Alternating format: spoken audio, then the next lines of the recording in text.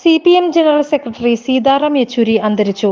ഡൽഹി എയിംസിൽ ശ്വാസകോശ സംബന്ധമായ അസുഖത്തെ തുടർന്ന് ചികിത്സയിലായിരുന്നു. ജീവിതം കമ്മ്യൂണിസ്റ്റ് പ്രസ്ഥാനത്തിന് അർപ്പിച്ച നേതാവായിരുന്നു സീതാറാം യെച്ചൂരി.